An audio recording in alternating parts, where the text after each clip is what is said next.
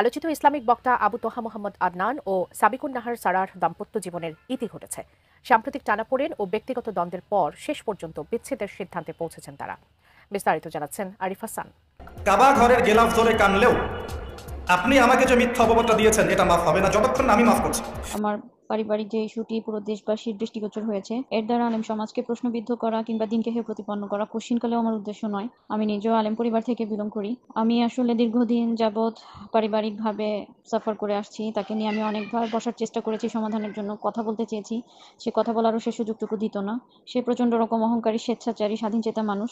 কথাটা বলা আমি দায়িত্ব বলে মনে করছি। জনাব আবু তোহা আদনান, তার স্ত্রী বলেছে যেটুকুন উনি লাইভে বলেছে এটা 100 ভাগের ভিতরে 10 ভাগ, আরো 90 ভাগ প্রকাশ করে নাই কি পরিমাণ নির্যাতন করা হয়েছে। ওনার স্ত্রী ওনার স্টেটমেন্টে যে বিষয়গুলো তুলে ধরেছে ফেসবুক যোগাযোগ মাধ্যমে, তার শাশুড়ির একটা বক্তব্যে তার শাশুড়ি বলেছে যে সে নামাজের ক্ষেত্রে একেবারে বেখবর। সে 4 ওয়াক্ত নামাজ একসাথে পড়ে, কোনদিন তাহাজ্জুদ পড়ে, তাহাজ্জুদের সাথে সব নামাজ পড়ে, সারাদিন ঘুমায়, সারাদিন গরুর মতো ঘুমায়, সারা রাত্রি মোবাইল নিয়ে বসে থাকে। আমার আবু তোহা মোহাম্মদ আদনান এবং তার স্ত্রী ইতিমধ্যে আপনারা জেনে গেছেন যে বিবাহ বিচ্ছেদ হয়ে গেছে, মানে তালাক হয়ে গেছে।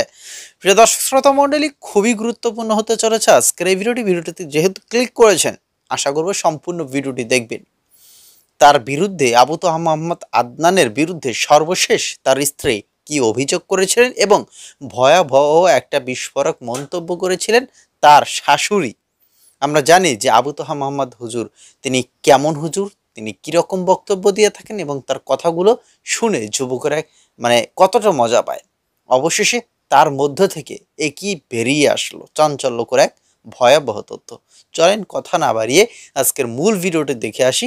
পুরো ভিডিও জুড়ে আমাদের সাথেই থাকুন। আবু তোহা মোহাম্মদ আদনান, যিনি ধর্মীয় অঙ্গনে ব্যাপক জনপ্রিয়তা অর্জন করলেও সাম্প্রতিক পারিবারিক বিতর্কে সেই জনপ্রিয়তা ঘিরে তৈরি হয়েছে তীব্র আলোড়ন। আপনি আমাকে যে মিথ্যা অপবাদটা দিয়েছেন এটা মাফ হবে না যতক্ষণ। চলতি অক্টোবরের শুরুতে স্ত্রী সাবিকুন নাহার সারা প্রথমবারের মতো স্বামী তোহার বিরুদ্ধে গুরুতর অভিযোগ তোলেন। তার দাবি, তোহা তার প্রাক্তন প্রেমিকা ও বর্তমানে বিমানবালা জারিন জাবিনের সঙ্গে পরকীয়ায় জড়িত। পাশাপাশি তোহার প্রতিষ্ঠানে ফ্রি মিক্সিং এর অভিযোগ তোলেন তিনি। যদিও এসব অভিযোগের জন্য পরবর্তীতে তিনি ভুল স্বীকার করে প্রকাশ্যে ক্ষমা চান, তবুও কিছুদিন পর আবারও একই অভিযোগ তোলেন সাবিকুন নাহার সারা। অন্যদিকে আবু তোহা মোহাম্মদ আদনান তার স্ত্রীর সব অভিযোগ স্পষ্টভাবে অস্বীকার করেন। এমনকি আল্লাহর নামে কসম করে তিনি বলেন, হে আমার জাতি, শুধু এতটুকু বলতে চাই, আরশের মালিকের কসম, আমাকে গুছিয়ে একের পর এক মিথ্যা অপবাদ দেওয়া হয়েছে। কাবার রবের শপথ, আমি জিনাকার নই। মুহাম্মদের রবের কসম, আমি ব্যভিচারী নই। যার হাতে আমার প্রাণ, তার কসম, যেসব অভিযোগ আমার বিরুদ্ধে তোলা হয়েছে আমি সেগুলো থেকে সম্পূর্ণ মুক্ত। আমার কোনো পরনারীর সঙ্গে কোনো হারাম সম্পর্ক নেই। কাবা ঘরের গেলাফ ধরে কানলেও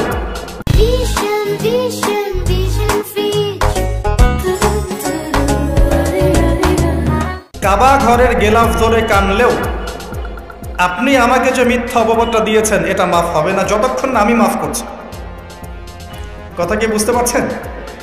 মনে করেন আপনি আমাকে মিথ্যা একটা অপবাদ দিয়েছেন এবং ধুয়ে রেখে দিয়েছেন একদম মিথ্যা অপবাদ দিয়ে। যতক্ষণ আমি আপনাকে মাফ না করছি, কাবা ঘরে গিয়ে গেলাফ ধরে কান্নাকাটি করলেও এই পাপ মাফ হবে না ইনশাআল্লাহ। এই অবস্থায় মৌত হলে কি হবে? পরকালে দেখবেন আমি দাঁড়িয়ে আছি আপনার জন্য। আপনার হিসেব হচ্ছে, হিসেব শেষ। আপনি সালাত, সওম, হজ জাকাতে নেকি নিয়ে উঠেছেন, কিন্তু দেখছেন আমি দাঁড়িয়ে আছি, আমার মতো আরো 10 জন দাঁড়িয়ে। সমাধানের জন্য কথা বলতে চেয়েছি, সে কথা বলারও সে সুযোগটুকু দিত না। সে প্রচন্ড রকম অহংকারী, স্বেচ্ছাচারী, স্বাধীনচেতা মানুষ।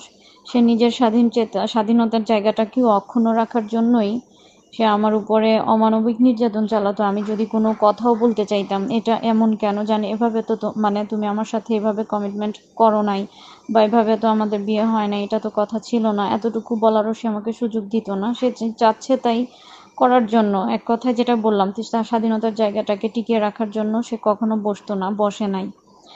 তো আমি এভাবে দীর্ঘ 2 বছর যাবৎ সাফার করে আসছি।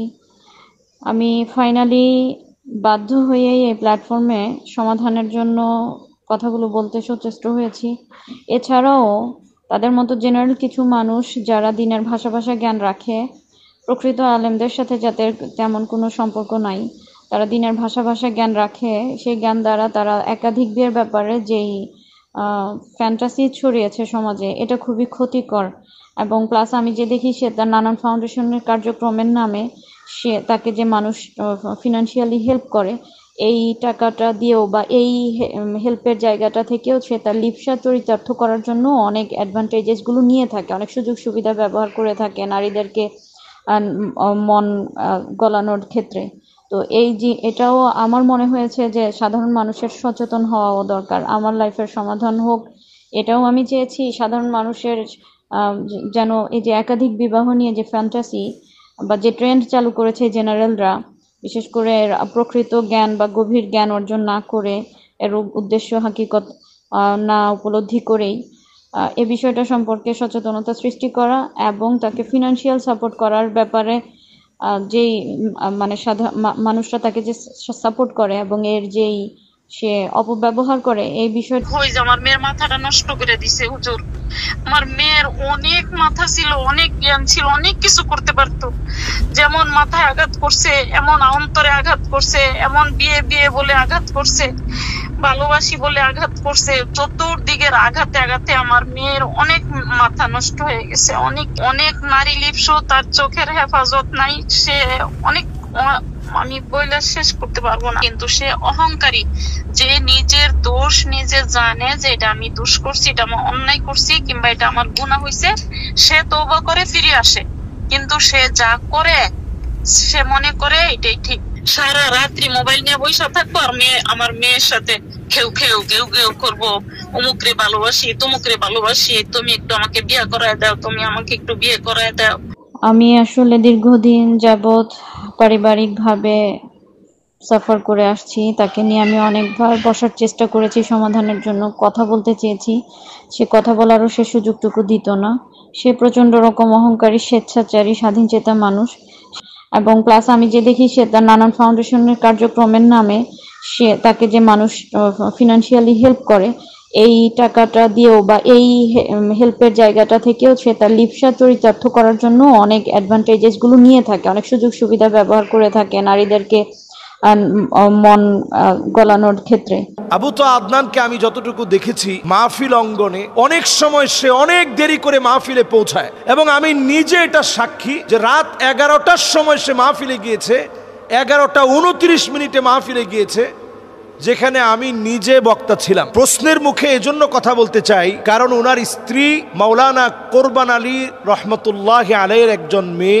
মাওলানা কোরবান আলী বাংলাদেশের অত্যন্ত প্রথিতযশা একজন আলেম ছিলেন, যার 36টা প্রতিষ্ঠান রয়েছে। জনাব আবু তোহা আদনান সাহেবের স্ত্রীর প্রত্যেকটা ভাই অনেক ভালো ভালো আলেম, মাদ্রাসার খিদমতে আছেন। এমন একটা পরিবার থেকে বিলং করা একটা মেয়ে, যার আগে একটা ডিভোর্স ছিল, সংসার বিচ্ছেদ হওয়ার পরে তার সঙ্গে বিবাহ হয়।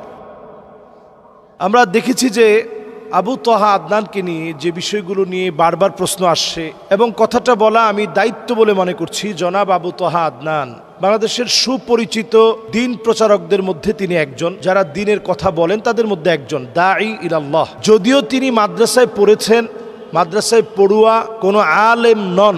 আলেম বলতে যা বোঝানো হয় বাংলাদেশে, এই সিস্টেমেটিক পদ্ধতিতে তিনি গড়ে ওঠা কোনো আলেম না। জেনারেল থেকে আসা, হঠাৎ করে ঘুম হয়ে যাওয়া এবং চমকপ্রদ আখিরুজ্জামান, শেষ জামানার গল্প, যা নবীজি সাল্লাল্লাহু আলাইহি সাল্লাম বলেছেন, যে কথাগুলো আমরাও আমাদের অসংখ্য আলোচনায় আখিরুজ্জামান নিয়ে কথা বলি, এই কথাগুলোকে তিনি অত্যন্ত সুন্দর উপস্থাপনায় জাতির সামনে পেশ করেছে। জাতি ওনার কথাগুলো গ্রহণ করে নিয়ে অনেক যুবকের পরিবর্তন হয়েছে। পারিবারিক কেমন একটা স্ট্র্যাটেজি এখন দেখা দিয়েছে। ওনার স্ত্রী ওনার স্টেটমেন্টে যে বিষয়গুলো তুলে ধরেছে ফেসবুক যোগাযোগ মাধ্যমে, আমি আজকে এই বিষয়টা নিয়ে প্রশ্নের মুখে এজন্য কথা বলতে চাই কারণ ওনার স্ত্রী মাওলানা কোরবান আলী রহমতুল্লাহ আলাইহির একজন মেয়ে। মাওলানা কোরবান আলী বাংলাদেশের অত্যন্ত প্রথিতযশা একজন আলেম ছিলেন, যার 36টা প্রতিষ্ঠান রয়েছে। এবং আমি কাপাসিয়াতে ওনাদের বাড়ির মাহফিলে 5 বার আমি গিয়েছি। আমি দেখেছি তার প্রত্যেকটা ভাই, জনাব আবু তোহা আদনান সাহেবের স্ত্রীর প্রত্যেকটা ভাই অনেক ভালো ভালো আলেম, মাদ্রাসার খিদমতে আছেন, মসজিদের খতিব হিসাবে আছেন, সবাই ইলমের সাথে লেগে আছে। এমন একটা পরিবার থেকে বিলং করা একটা মেয়ে, যার আগে একটা ডিভোর্স ছিল, সংসার বিচ্ছেদ হওয়ার পরে তার সঙ্গে বিবাহ হয়। এরকম একটা মেয়েকে যদি আপনি আশ্রয় দেন, নবীজির হাদিস অনুযায়ী আস-সাঈ আলাল আরমালাতি ওয়াল মিসকিন কাল মুজাহিদি ফি সাবিলিল্লাহ, এটি আল্লাহর রাস্তায় জিহাদ করার সমান সওয়াব। যে আপনি এমন একজন অসহায়কে জায়গা দিবেন যে বিধবা, যার আগে বিবাহ ছিল, তো এটা জেনে বুঝে আপনি একটা আলেম ফ্যামিলিতে বিয়ে করলেন। বিয়ে পরবর্তী সময়ে এক পক্ষ কথা শুনে, এক পাক্ষিক কথা শুনে বিচার বিশ্লেষণ অনেক সময় করা যায় না, সঠিক সিদ্ধান্ত দেওয়া যায় না।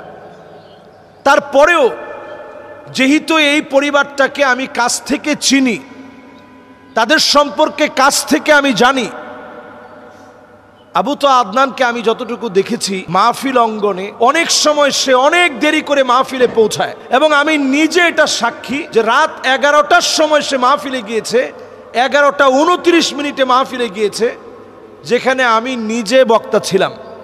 এতে করে মাহফিল কর্তৃপক্ষের সাথে তার মন কালাকালি এবং কটুবাক্য লেনদেন, উচ্চবাচ্য হওয়া, এগুলো সব হয়েছে। আমরা এই অঙ্গনে আজকে 11টা বছর ধরে কথা বলি, কিন্তু আলহামদুলিল্লাহ কথা বলতে গিয়ে আমরা দেখেছি, আমরা তাদের কাছ থেকে কথা নিব। ফানজুরু আম্মান তাখুযুনা দীনাকুম, আমি যুবকদেরকে লক্ষ্য করে বলি, তাদের কাছ থেকে কথা নেবেন, চুলের গোড়া থেকে শুরু করে পায়ের তালু পর্যন্ত পরিবর্তন আছে, তাদের কাছ থেকে কথা নেবেন। আমরা অনেক সময় যেটা করি, বাহ্যিক মানুষের পরিবর্তন দেখে অনেক সময় তার কথাগুলোকে আমরা অমূল্য মনে করি। হতে পারে তার কথায় মানুষ হেদায়েত হবে, কিন্তু পারিবারিকভাবে একটা মানুষ যদি আখলাকি না হয়, যদি পারিবারিকভাবে খয়রুকুম যোগ করেছে যে আবু তোহা মোহাম্মদ আদনান তিনি নামাজ নিয়ে কারচুপি করেন, তিনি নামাজের সময় নামাজ পড়েন না, নামাজের সময় শুয়ে থাকেন এবং তার স্ত্রীকে নির্যাতন করেন, তিনি এরকমটাও জানিয়েছেন। এবং আসলে এইখানে কারো পক্ষ নিয়ে কথা বলাটা উচিত হবে না আমি মনে করি, কারণ আসলে দুই পক্ষ যখন এক মুখ হবে ঠিক তখনই কিন্তু এই বিষয়গুলো নিয়ে আমরা কথা বলতে পারবো। না জেনে শুনে দুইজনের মন্তব্য, দুইজনের কথা আমরা একটা বিষয় নিয়ে কমেন্ট করতে পারি না, কারণ আসলে বলে না যে এক হাতে কখনোই তালি বাজে না, আপনি কখনোই এক হাতে তালি বাজাতে পারবেন না। এখানে নিশ্চয়ই আবু তোহা মোহাম্মদ আদনান হুজুরেরও দোষ আছে এবং তার স্ত্রী সাদিকুন নাহার তারও কিন্তু দোষ রয়েছে, দুইজনের অবশ্যই দোষ রয়েছে, না হলে তো এই ঘটনাটা ঘটতো না। তো যাই হোক, আপনাদের কাছে কি মনে হচ্ছে বা আপনাদের যদি কোনো মন্তব্য থাকে এই বিষয়ে, সেটা আশা করছি কমেন্টে লিখবেন। আসসালামু আলাইকুম, দেখা হচ্ছে পরবর্তী নতুন কোনো ভিডিওতে।